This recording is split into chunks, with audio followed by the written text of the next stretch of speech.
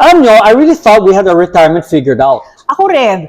Napansin ko kasi na every time that we talk about retirement, somebody makes a comment.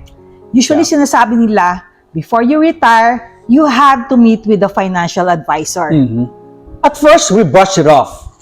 You know, we've spent years learning about retirement. And yung kine-question natin is, why do we need one? I know. Diba? Oo. And then, we met this financial advisor sa isang party. Yun na nga. And, you know, while talking to her, at the end, sabi niya sa amin, you know what? I can help you guys. So, ang bigla pumasok sa isip namin was, help with what? Ano? Diba? Pagkatapos, tinanong ko si Eileen, what if we're asking the wrong question? Maybe yung question hindi dapat yung do we need a financial advisor. Siguro yung question dapat, do we need financial help before retirement? And if we do, what kind of help do we need? Kasi maybe it's not an investment advisor that we actually needed. Oo. It could have been a financial planner, maybe a CPA, or estate planner. Yeah. Or maybe we didn't really need one after all. Honestly speaking, we didn't know. Anyway, that's what we're going to be figuring out today. By the end of this video, hopefully you'll have a much better idea if, you know, getting a professional help is, you know, going to make sense for you. Right. Or what kind of professional may be right for you. And also if AI can help and whether paying for advice is even worth it. Yeah. Alam nyo, nobody ever actually told us to approach a financial advisor when we were, what, maybe 30, 40, or even when we were 50, ba? But you know what? As we approach our retirement, all of a sudden, left and right, diba, yung mga advices, hey, do you, Anton, diba? They were shooting left and right. You need to get a financial advisor. All of a sudden, it's at like, oh my God. Once. At least once. At least once. Yeah. I think kaya ganun yung sinasabi nila kasi retirement is totally different eh. Kasi when you're working, even if you have like financial mistakes, may pumapasok pa rin mga yung paycheck mo. Oo. Ano pa? Saka you can save more. Yeah. Yun, isa pa yun. Pero kasi nga, retirement is different kasi yung Social Security, Medicare. Tsaka yung mga tax and withdrawals, that can actually affect mga 20 to 30 years from now. I don't think people are saying that we need help kasi we don't know anything. Oh, maybe they're saying that kasi for them, you know, having another set of eyes to, you know, verify or to check, that's a good thing, diba? It's safer. Eh, parang doktor, diba? You need, let's say, a second opinion. Pareho. But then we ran into another problem. Everyone kept on saying, you need to approach a financial advisor. Eh, akala namin, ang pare-pareho lang yun eh. Yung advisor, yung financial planner, yung wealth manager. Different titles, same job. Instead of focusing on the job titles, kailangan alamin namin, you know, what kind of help do we need? Yeah. Kasi once alam na namin yung problema na we wanted to solve, it was easier to figure out, you know, who to approach, diba? Yeah. Actually, there are 3 areas na kung saan yung mga kailangan ng tao ng help eh.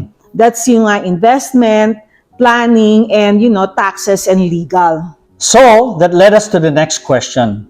Yung question nga is, you know, what kind of help do we need?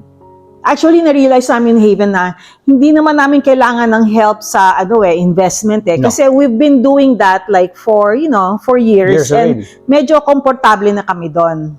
But retirement isn't just about investments. There are actually other areas or na that would have like, you know, bigger impact sa retirement. Tulad ng, you know, Social Security, Medicare, retirement income, you know, taxes. Those are the areas that we probably need, like, you know, another set of eyes. Right. You know, not because, like, you know, we don't know anything, pero kasi one mistake in retirement to be costly. Yeah, it could be like very costly, very expensive in the long run. So that's when we realized that we didn't need anyone who could manage our money, but someone who could, you know, look into our plan and see if we're overlooking something or missing something. Missing something, yon. Kayo, sa retirement planning nyo, anong area yung talagang kailangan, sa tingin nyo kailangan yun ng tulong? Yung may pagka-gray area. Professional financial help isn't really for everyone. It really depends naman sa situation nyo eh. Example ha, if you're retiring like in 10 years and you're still trying to build your nest egg, iba yung questions mo kaysa dun sa, let's say, couple na who's retiring, let's say, in 6 months right. or a year. Right. Kasi professional help is valuable, let's say if you're closer to retirement. Or maybe let's say you don't have also a clear income plan. Oh, o kaya you have questions like with Taxes. Medicare, Right, taxes. Social Security. Uh-huh.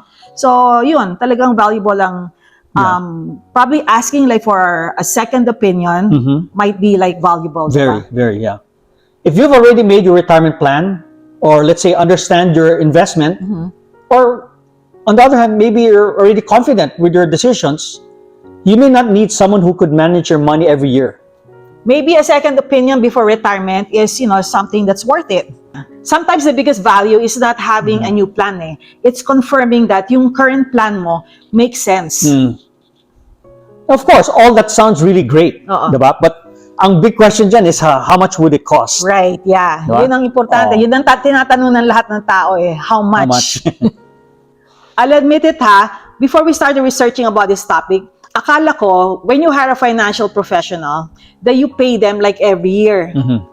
Ito yung practice na sabi you pay 1% of, of your asset that they manage. Yung pala, there are other options. May mga one-time retirement plan. Tapos yung mga hourly advice. And then yung sinasabi nga nila yung ongoing investment management, ito yung percentage nga of the asset that that professional is managing. Yep. Because if you just want somebody to review your retirement plan, I think it ranges like maybe like around what? $2,000 to $5,000. Some professionals naman, they charge by the hour. That's a good option, let's say, if you have only a few questions, instead of a full retirement plan. And how much does it cost? Let's say, 200 to 500 per hour.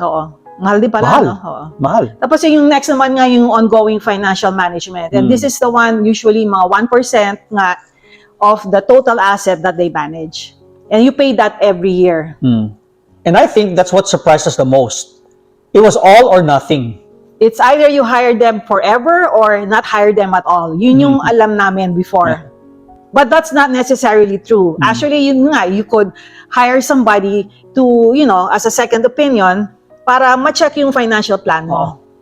And that was something that we didn't know before. Kaya, hesitant kami mag-hire ng financial professional. Pero for us, diba, ang concern talaga natin is like, are we able to trust this financial professional? Are we able to trust their advice? Kasi pumapasok sa isip namin, how do we know that, yung advice na yon is for our interest, our best interest? Yeah, remember kasi that's gonna be affecting us for the next 20 to 30 years. We want to know kung talaga, you're right, na if that advice is really good for us, or maybe he's just selling something. So for us, one of the most important questions that you can ask is, how are you getting paid? Kasi once alam na natin yon, we have an idea of how their business works. Some professionals are paid by their clients, or some are, they earn commissions. Pero it doesn't necessarily mean, someone is good or bad. But it's something you need to know before you make your decision. So for us personally, we're looking for somebody who can be like a second set of eyes, for a second opinion, and not somebody who's going to sell us, a product. It doesn't mean that everybody has to do the same thing, Kasi some people have, really good relationships with their advisors, and they've helped them like for years. Ang sinasabi lang namin is kung ano yung prefer namin ni Haven. Kayo, have you ever experienced na pressure kayo to buy financial products? Yeah, kasi maraming taong ganyan naka-experience ng ganyan. Share it on the comment section below. So another question came up, and I'm sure a lot of people are asking the same thing. Yeah, like everyone uses AI. Nowadays, no? So do we really need someone? Or could we just use ChatGPT or Claude? Or any AI tool, di ba? Yeah. Actually, yung AI talaga, it's very useful. I use it at work. Ikaw, you use it also like asking questions. It's like our everyday life already, di ba? Dependent na tayo dun. Kahit anong tanongin mo, masasagot. So, ang tanong nila dun is, can we just use AI to answer our questions about, mga asking about retirement plans? Kasi we were talking about it na, sa AI, you need to feed the information. What if you forgot, let's say, one particular account? Or crucial. An important information. Kaya crucial. nag-assume tayo ng something wrong. Diba? So, ang sagot ng AI, based on the information that we provide. So, kailangan talaga, yung katulad sabi ni Haven, kailangan pa rin yung human intervention. Somebody who can like verify pa rin, diba? Pero AI pa rin talaga is very helpful kasi it makes you well-informed. So, sa amin, ang AI is a tool na we can use like if we go to a professional, financial professional, prepared ka na. You know exactly what to questions to ask para hindi ka naman magmukhang, kumbaga, kasi AI really preps you up kasi lahat ng information binigay mo, mag-shoot back na yan Tsaka yung you can ask, intelligent questions. Hindi ka mawawala pag nasa discussion. Kasi I've experienced that na kaya papasok ka sa isang conversation na wala kang alam, na hindi mo alam kung anong tatanungin mo, hindi mo alam kung anong isasagot mo. Pero, getting information from AI is very, very helpful. No matter what, talagang it's a vital tool. Agree. So kayo, what's your take on AI? Do you still need yung human intervention, like professional advice galing sa tao, or do you want to totally rely on yung mga AI? So, after all this research, nagbago bang isip namin? I would say, I think we did.